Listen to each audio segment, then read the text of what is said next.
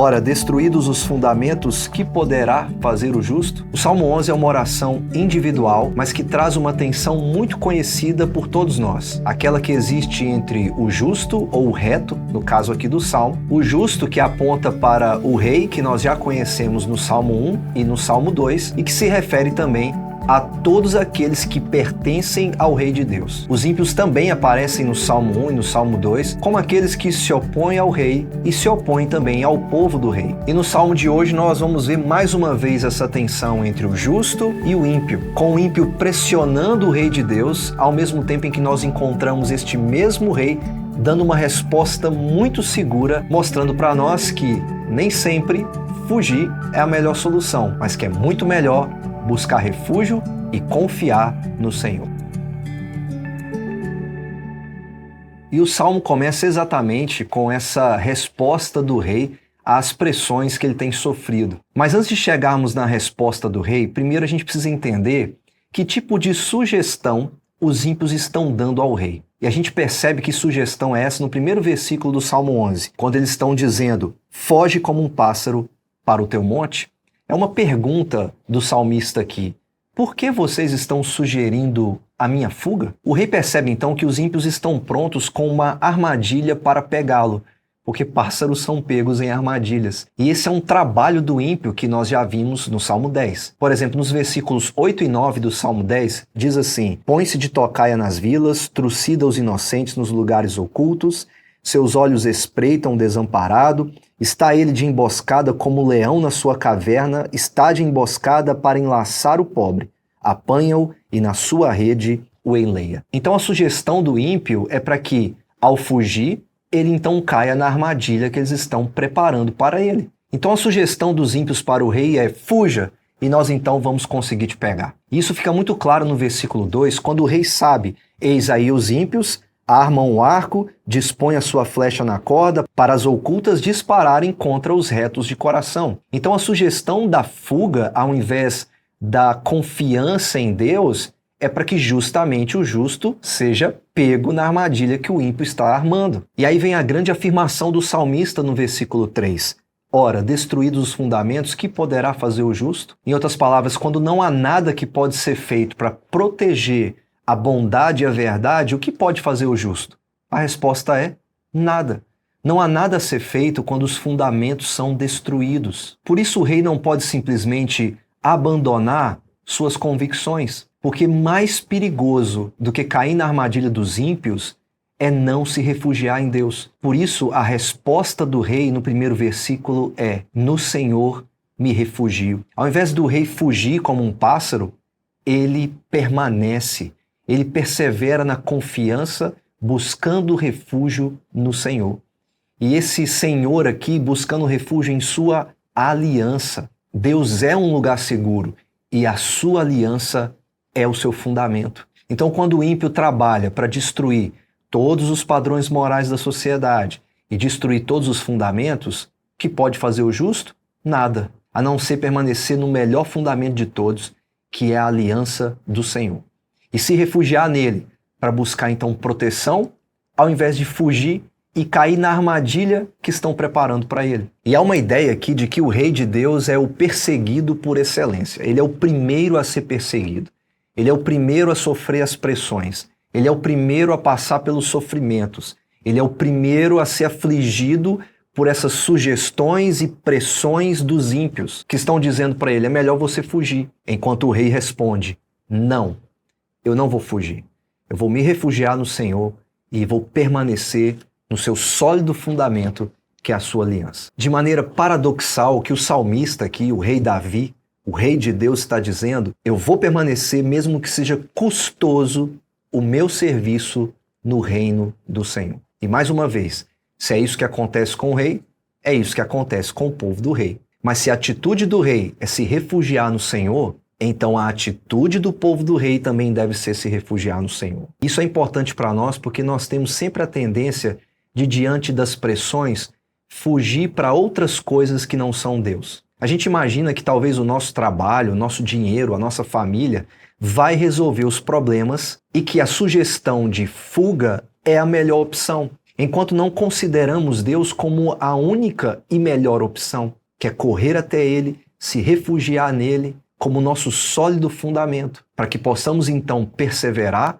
mesmo que seja custoso servi-lo. Então veja que isso fala diretamente conosco quando a nossa tendência principal é querer fugir. Pois quando os problemas aparecem e os sofrimentos são a nossa realidade, às vezes a nossa primeira atitude é reclamar e talvez pensar: aonde o Senhor estava quando isso aconteceu comigo? Na verdade, Deus está sempre no mesmo lugar, assentado em seu trono, governando sobre tudo. Talvez a maneira de pensarmos deveria ser diferente. Ao invés de voltarmos para Deus e ficar perguntando aonde o Senhor estava, talvez seja melhor eu olhar para mim e perguntar onde eu estava quando os problemas vieram. Eu fugi ou perseverei, mesmo sendo custoso o serviço ao Senhor? O problema não é Deus, Ele está sempre governando, Ele está sempre controlando. O problema somos nós, que influenciados pelas sugestões que nos são dadas, talvez acatamos a fuga, pensando que outras coisas podem resolver o nosso problema, quando somente Deus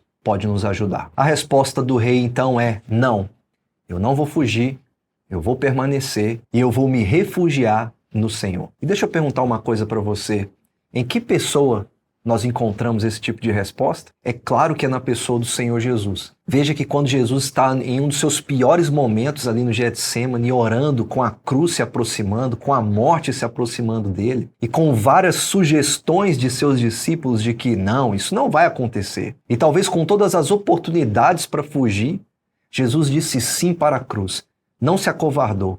Não fugiu, mas se submeteu à vontade de Deus, o obedecendo até a morte. Então Jesus, sim, é o rei que sofre primeiro, é o rei que é afligido primeiro, é o rei que recebe todas as sugestões dos inimigos para que ele fuja. Pois assim como Davi foi caçado por Saul e depois caçado pelo seu próprio filho Absalão, Jesus também foi caçado pelos seus inimigos. E essa era uma realidade do seu ministério. Em Lucas 13, 31, 32, por exemplo, olha só o que dizem para Jesus. Naquela mesma hora, alguns fariseus vieram para dizer-lhe: retira-te e vai-te daqui, porque Herodes quer matar-te. Jesus, porém, respondeu: ide dizer a essa raposa que hoje e amanhã expulso demônios e curo enfermos, e no terceiro dia terminarei. Os inimigos de Jesus vêm até ele e sugerem: é melhor você fugir, Herodes quer te matar. E a resposta de Jesus é: não. Diga a ele que eu não vou fugir. A semelhança do rei que nós encontramos no Salmo 11,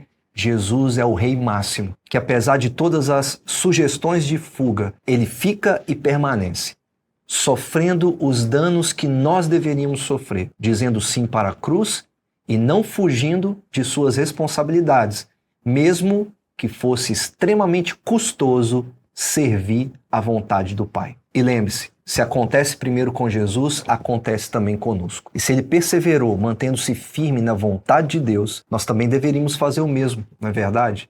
Ao invés de fugir, perseverar e nos refugiarmos no Senhor, cujo sólido fundamento é Jesus Cristo. A nossa resposta, então, deve ser a mesma resposta do rei. Nós ficaremos, nós nos refugiaremos em Deus e vamos servi-lo no seu reino, mesmo que seja custoso para nós, sabendo que o nosso Salvador resistiu até o fim, de modo que nós não apenas experimentamos os seus sofrimentos, como também participamos de suas respostas persuasivas de que não vamos fugir, mas vamos nos refugiar no Senhor. E como o Salmo termina dos versículos 4 a 7, nós vimos então uma resposta muito persuasiva do rei às sugestões que eram dadas pelos ímpios, para que ele fugisse. E ele diz: não, eu vou ficar. E dos versículos 4 a 7, nós temos o rei Davi mostrando aos ímpios quem realmente observa todas as coisas. É curioso essa parte aqui no Salmo, porque Davi está dizendo aos ímpios assim: deixa eu mostrar para vocês quem realmente vê o que e quem. Porque há uma ideia dos ímpios de que eles podem fazer o que bem entendem, sem receber qualquer punição, porque afinal de contas Deus não vê absolutamente nada. E isso pode ser visto no Salmo 10, no versículo 11, quando eles falam assim: diz ele no seu íntimo, Deus se esqueceu, virou o rosto e não verá isto nunca. Então nós já vimos que os ímpios têm essa ideia de que eles podem fazer o que quiser, porque Deus não existe, e se ele existe, ele já virou o seu rosto e não está percebendo absolutamente Nada. Então no Salmo 11, Davi vai dizer para eles assim: deixa eu mostrar para vocês quem realmente vê e como ele age a partir do que ele vê. Isso é fantástico aqui no Salmo, depois que ele dá a sua resposta persuasiva de se refugiar no Senhor, mostrar para eles que eles não estão assim tão livres quanto eles pensam. Isso com relação aos ímpios que têm colocado pressões sobre o rei e feito sugestões de fuga ao rei. E no versículo 4 ele fala o seguinte: o Senhor está no seu santo templo, nos céus tem o Senhor seu trono, os seus olhos estão atentos, as suas pálpebras sondam os filhos dos homens. Davi está dizendo para eles assim: olha, Deus, ele vê absolutamente tudo e nada pode estar escondido diante dele. Então, no versículo 5 ele fala: o Senhor põe à prova ao justo e ao ímpio, mas ao que ama a violência, a sua alma o abomina. Então, como o Senhor vê tudo isso, a maneira pela qual ele age é a partir do que ele vê. E Deus não vê como o homem vê. Deus não vê só a aparência, Deus vê o coração. Ele sabe se o ímpio ama a violência. E ao perceber isso, o que ama a violência recebe a pior coisa que poderia receber nesse mundo. Deus dizendo: a minha alma o abomina. Então, o Senhor que vê todas as coisas age de acordo com aquilo que ele vê. E a sua ação diz respeito a um julgamento. E é exatamente sobre julgamento que Davi fala no versículo 6. Fará chover sobre os perversos brasas de fogo e enxofre, e vento abrasador será a parte do seu cálice. E é muito importante você saber que Davi está fazendo uma referência a Gênesis 19, onde nós encontramos o julgamento de Deus sobre Sodoma e Gomorra, com Deus derramando fogo dos céus e julgando aquele lugar. O que Davi está dizendo então é: o Deus que vê tudo age de acordo com aquilo que ele vê, não vendo como o homem vê, mas vendo o seu coração, conhecendo aquele que ama a violência. E o resultado final é um julgamento tão parecido quanto aquele que Sodoma e Gomorra receberam. E aí o contraste máximo vem no versículo 7. Quando a realidade do justo é diferente da realidade do ímpio. Se existe uma tensão aqui entre justos e ímpios, e isso vai acontecer até o fim dos tempos, a realidade final de ambos também é diferente.